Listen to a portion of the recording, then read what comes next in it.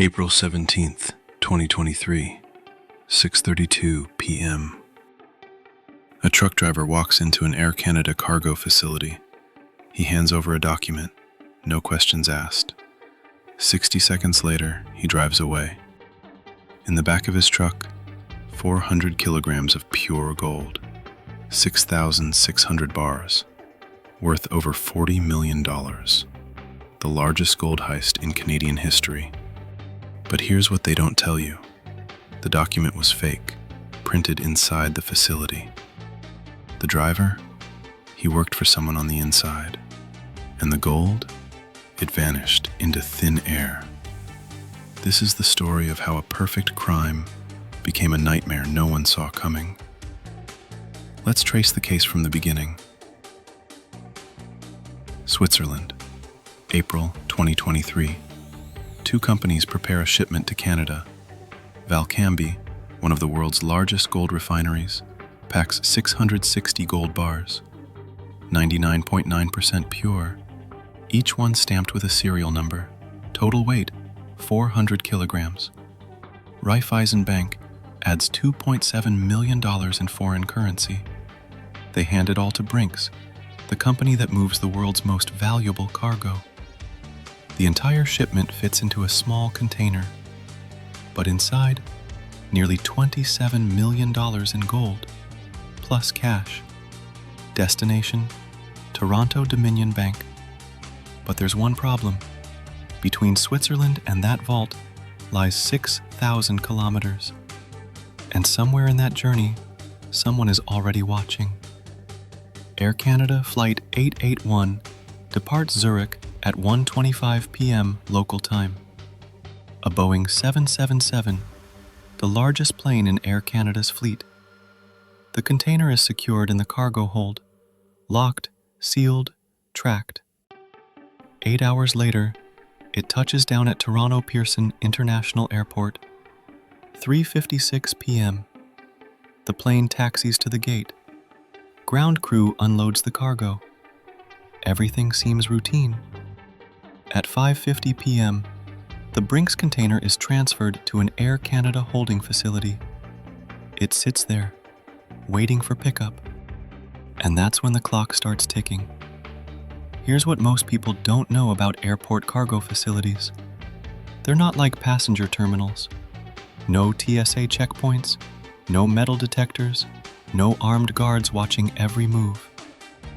These are warehouses, built for speed, not security.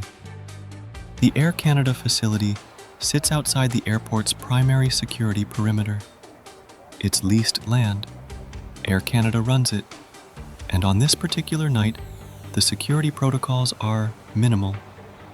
No vaults, no cages, just pallets and forklifts. But someone knew that. 6:32 p.m., a 5-ton truck pulls up to the loading bay. The driver steps out, calm, confident. He's done this before. He walks up to the Air Canada staff, hands them a document, a waybill, official looking, Air Canada logo, tracking numbers, signatures. The staff glance at it. Everything seems in order. They grab a forklift, load the Brinks container onto the truck. The driver signs, waves, drives off into the evening traffic. Total time inside the facility, less than 5 minutes. But here's the twist. The document he handed them, it was fake. Not just fake, it was a copy of a real waybill from the day before. A shipment of seafood that had been legitimately picked up. Someone had taken that document, altered it, changed the details, printed it out. And here's the kicker. They printed it on a printer inside the Air Canada facility. This wasn't some random criminal.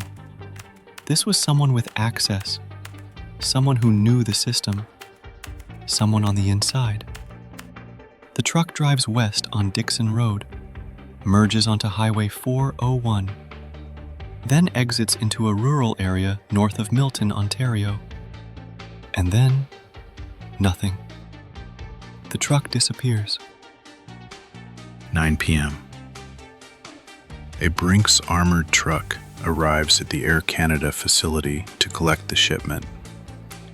The driver presents his paperwork.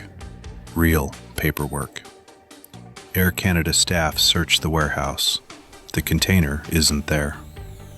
They check the manifest, double-check the logs. Panic sets in. At 2:43 a.m., nearly 9 hours after the theft, someone finally calls the police. Peel Regional Police arrive. They start asking questions. Who picked it up? What did they look like? What paperwork did they show? The staff hand over the document the driver gave them. Detectives examine it. Notice the inconsistencies immediately. This wasn't just a heist. This was a coordinated inside job. Police launch Project 24 Carat. 24 karat gold. They bring in the U.S. Bureau of Alcohol, Tobacco, Firearms, and Explosives. Why? Because the deeper they dig, the more they realize this isn't just about gold. It's about guns, money laundering, international smuggling networks. The investigation spans continents. Detectives track financial records, surveillance footage, cell phone data, border crossings. They discover something chilling. The gold was already being melted down, serial numbers erased, bars transformed into jewelry, shipped overseas. Police seize 2 handwritten ledgers showing how the proceeds were divided. List 1, $10.23 million distributed. List 2, $9.94 million. Over $20 million split among a criminal syndicate. But where's the rest? Remember, the gold was worth over $34 million in April 2023. By 2024, nearly $41 million. Police have only accounted for a fraction. The rest? Gone. Likely shipped to Dubai, India, places where gold dealers don't ask questions. April 17th, 2024, 1 year after the heist.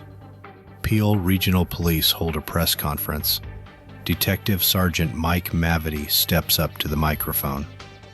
We've made 6 arrests, laid 19 charges, issued 3 Canada-wide warrants.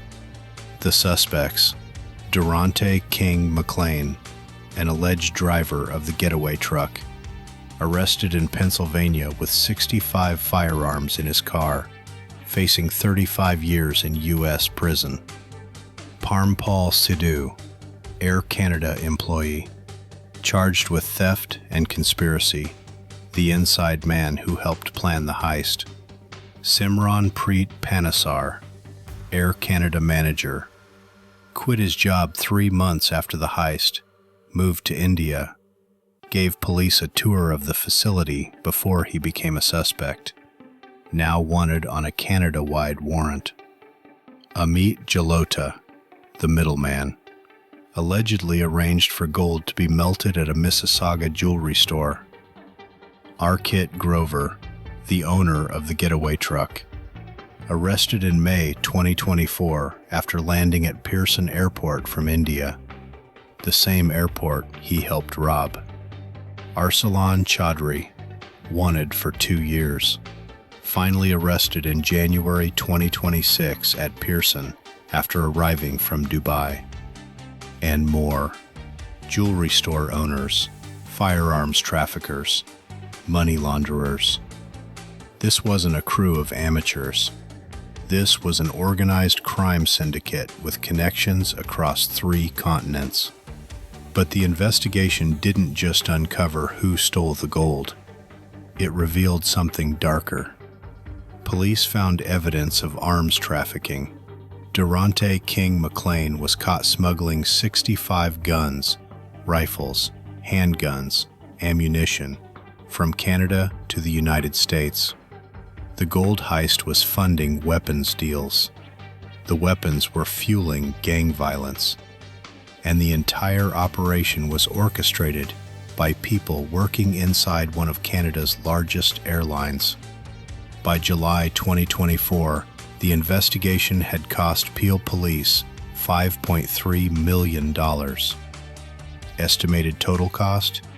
$10 million. For $40 million in gold, only $430,000 in cash and $89,000 in gold jewelry were recovered.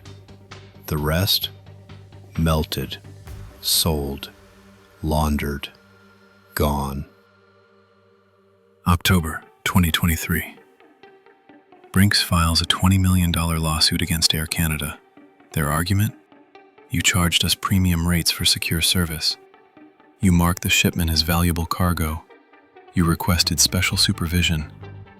But you had no vaults, no cages, no CCTV, no verification protocols. Your staff handed over $40 million to a stranger with a fake document printed on your printer without asking a single question. Air Canada fires back.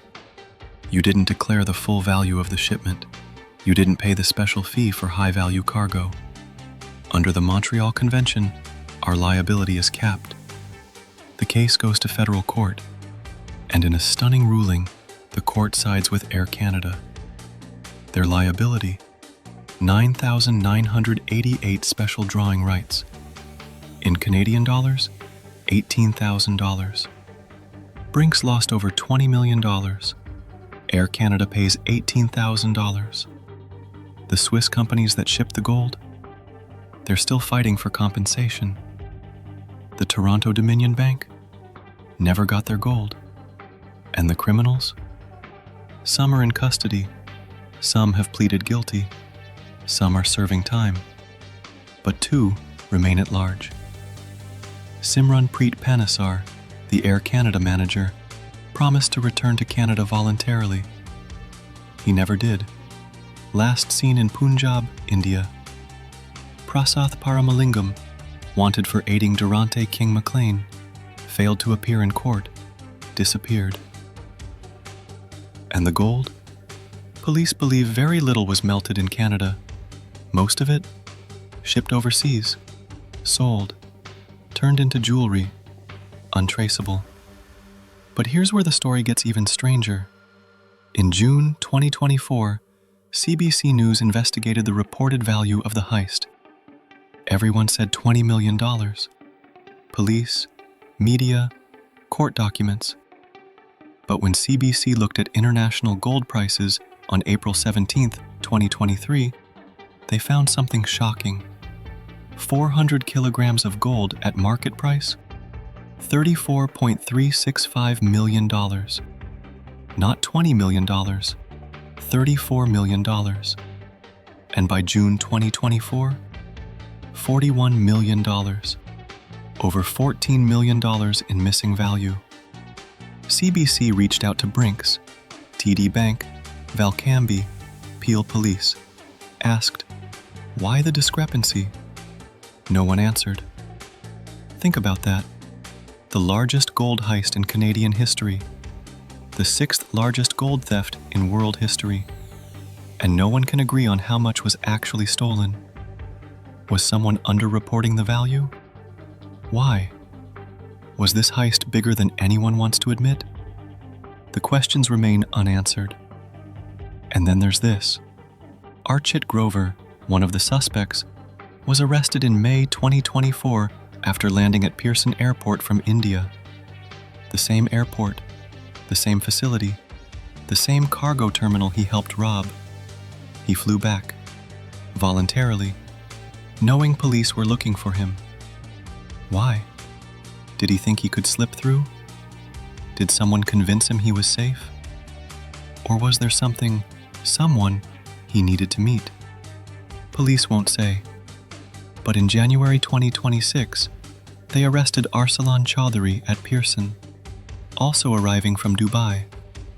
2 suspects, both arrested at the same airport they robbed, both returning from overseas. Coincidence? Or is there something bigger happening? something investigators haven't revealed. Here's what keeps investigators up at night. They recovered less than 2% of the stolen gold. They arrested 10 people, charged them with over 21 crimes. But the money trail? It goes cold in Dubai, India, overseas markets where gold moves in shadows. And here's the real twist. This heist revealed a terrifying vulnerability. Every day, billions of dollars in valuables pass through airport cargo facilities. Gold, cash, art, diamonds, and most of them, they're protected by the same system that failed at Pearson. No vaults, no biometric scanners, no real-time tracking, just warehouses, clipboards, signatures. Which means this heist isn't an anomaly. It's a blueprint. And somewhere, right now, someone is studying what happened at Pearson, learning from the mistakes, planning the next one. Because here's the truth they don't want you to know. The people who pulled off the Pearson heist, they weren't criminal masterminds. They were ordinary people, warehouse workers, truck drivers, managers, people with access. And if it happened once, it will happen again. A man walks into a warehouse, hands over a piece of paper, drives away with $40 million. In 60 seconds, he also exposed a system built on trust and showed the world how easy it is to break. The gold is gone, melted down, sold, scattered across continents. The criminals? Some caught, some still free. The victims? Still fighting for compensation. And the truth? Still buried somewhere between Zurich and Toronto. Between $20 million and $41 million. Between what we know and what we'll never prove. Because in the world of gold, nothing is ever truly pure. And the biggest heist in Canadian history? It might not be the last. It might just be the beginning.